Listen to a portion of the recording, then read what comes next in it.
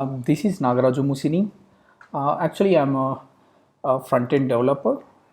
Since 5 years, I'm working on front-end and UI technologies like JavaScript frameworks, React.js, Angular, and all. Since quite long, we are working on one project which is developed on React.js. We are facing a few issues in the application. I hope most of the people are facing these kind of issues in their applications, not only in React, either could be in Angular or Backbone.js or any other UI related frameworks.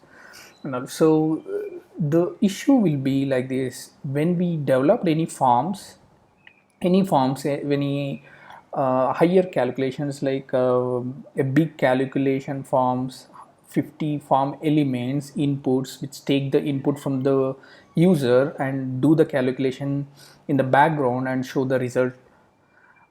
So these when we type something in the text box, we see there is a lot of delay in response because of that calculation is maybe take the time to re-render the UI. That is okay, but the problem is when calculation is happening in the background, we couldn't able to type anything in the text box, or we cannot even scroll down, or we cannot do any other work on the page. So I can say simply, the window will block you to do other changes when something is happening in the background. Have you ever see this issue? So let's say we have a text box or we have a text area where user going to type something, and when we press any key, it will take milliseconds to update on the text box or in the text area. There is a one more example. I can say there is a tabs sections. When we change the tab, what usually we will call APIs and will fetch the data and show. Have you ever see this issue like when we change the tab, but until unless the API finish its loading, the tab will not show. So today I am going to address these two issues. Um, okay, let's get started. Yeah. So currently, most of the people uses Redux in their applications. So today I'm going to talk about issues in the React application. Um, so when we use Redux design pattern in our application, usually the flow will happen like this. When user changes anything in the component, it will take the actions will be dispatched, and red users always listen the any dispatched actions, then it will change the store based on the information you provided, and when store changes, then component will be re-rendered. So the idea of here, so anyway the React giving a unidirectional data flow, so Redux took the advantage of it, and it maintaining one store on the top of the application, and it will give you the information when it changes. So the main disadvantage here in the Redux, when you create an action, then you probably uh, need to search where you have created that action, and the file structure is quite big, and it is not easy to find that particular action. Again, you may create a duplicate one more action creator, and you need to maintain all the reducer files and all. And the re-render concept will be give you a bad performance here. So whenever there is a change happen in the store, either you want to whether you need to re-render or not, irrespective of your decision, component will re-render. So to solve these issues, React providing some other concepts like use memo, or should component update. You need to track the changes, and you want to explicitly take a decision whether component should be updated or not. So So there are quite different frameworks solve this issue, and they have used some different design pattern in the application. So I'm taking the example of Mobex. So this is kind of a Redux where you can maintain the state, but the design pattern is quite different. So here the Mobex will give you the observable and subscriber methodology. So when any function subscribes to something, when there is a changes happen into that particular store, then you will get to notification on that. So the whatever the data changes, so then you will get to notify that. So the main advantage of this, so your whole component would be re-render until unless you set the state. So this is one advantage in the Mobex. So Mobex will be happen like this. So when there is a component, it's subscribed to all the observers, and when there is a change happen, then you will get notified. The main uh, disadvantage here, I don't say it's a disadvantage, this is a good advantage, but it won't give you the asynchronous or concurrent mode of execution of the calculations on APIs also. So again you need to maintain that. So here today I'm going to give you an example how I am implemented and what this library is going to help. So this library is a combination of Mobex and some other technologies. So it will give you a complete concurrent mode of execution of the calculations and HTTP calls. So the idea is here all the component can create any service, you can subscribe to that service, any component can subscribe to that service, then whenever there is a change happen into the service, then you will get to notify with the latest data. And one more thing, I'm going to give that as a asynchronous way. So your UI component or your UI window is not going to be blocked anymore, so you can continue the work. And so the subscribe and observer pattern, so I took advantage of RxJS, or you can implement your own. So I have implemented my own subscribe design pattern, observable design pattern. Anyway, I used RxJS to show the example. So this is our example today. So let me show you what is the issues in the application in the existed projects and how can we achieve this.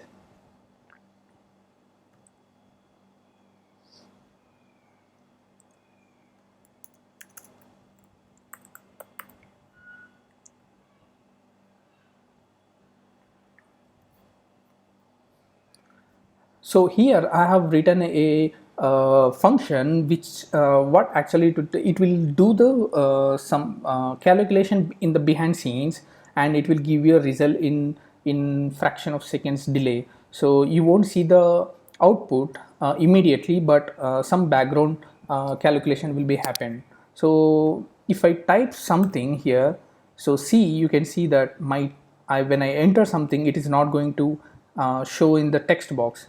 If I type again, it will take time to show the my text in the text box because the calculation needs to complete. So this is blocking my actions, this is blocking my UI. So if I type something else, still it is not showing on the text box because in the background there is a calculation is happening. So but if we implement some asynchronous action, asynchronous event handling, but still you will see the same issue in the UI. So I have created a kind of a plugin or library, so which helps you to avoid these issues.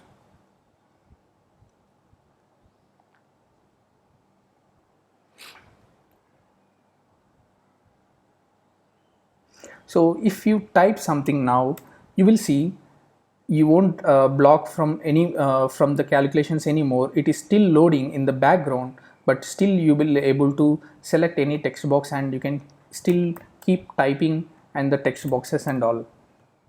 So the here the main problem is when we type something, a event will trigger and it will do the calculation, and if you start typing one more text, then the next calculation will be start. So on the previous calculation should be stopped here, because it we change the data here, so the whatever the previous existed running calculation should be stopped and should be removed from the UI. Then it will save our time to calculate the latest one.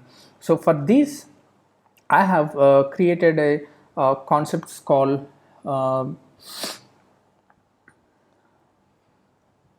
service. So when I say the service, so the component will subscribe to that service, then service will take care of notifying you about the changes and all. So if I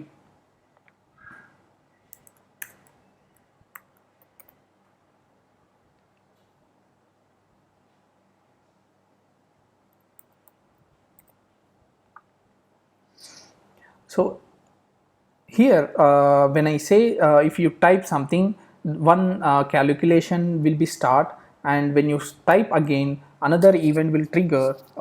So usually in React.js we use on change event. So when you on change happen, then our function started to execute and it will go on. So you cannot stop that execution until unless explicitly you need to stop. That is not going to happen in the UI in the current situation. So you cannot stop that.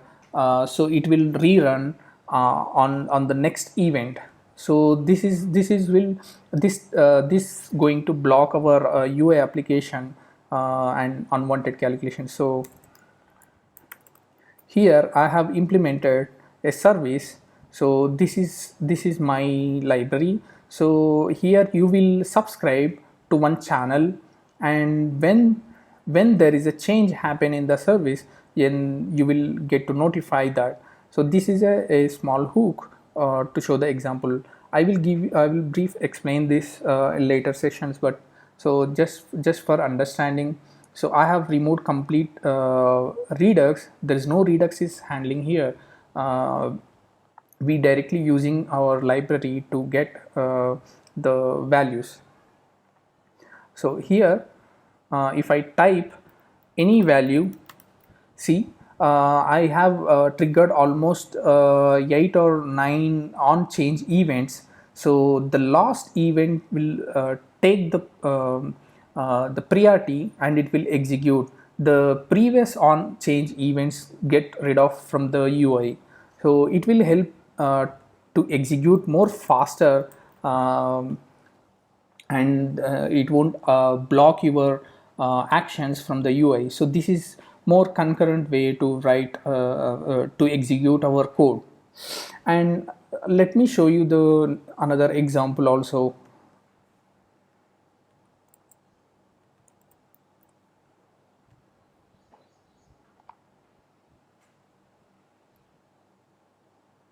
So here this example having a tabs. So each tab is a one component. Let's assume that. So when you click on profile, it will go to that component did mount and it will call the API.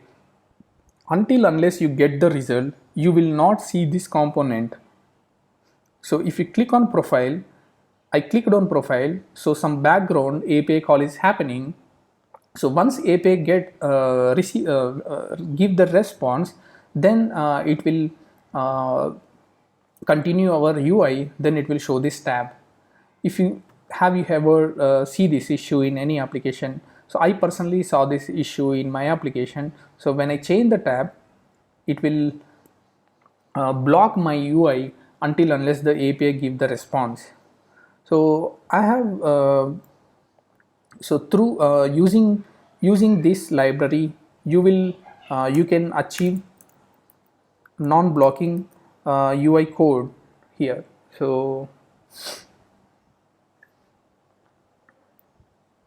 So now if you click on profile, see, it will show the profile immediately.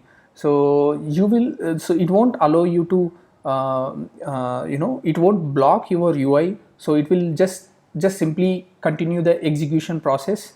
So you will see the content after call. Here one issue, so all the tabs subscribe to the services, and when you click on that, it will call the service to get the API call and get the response from the API, and it will show on the tab.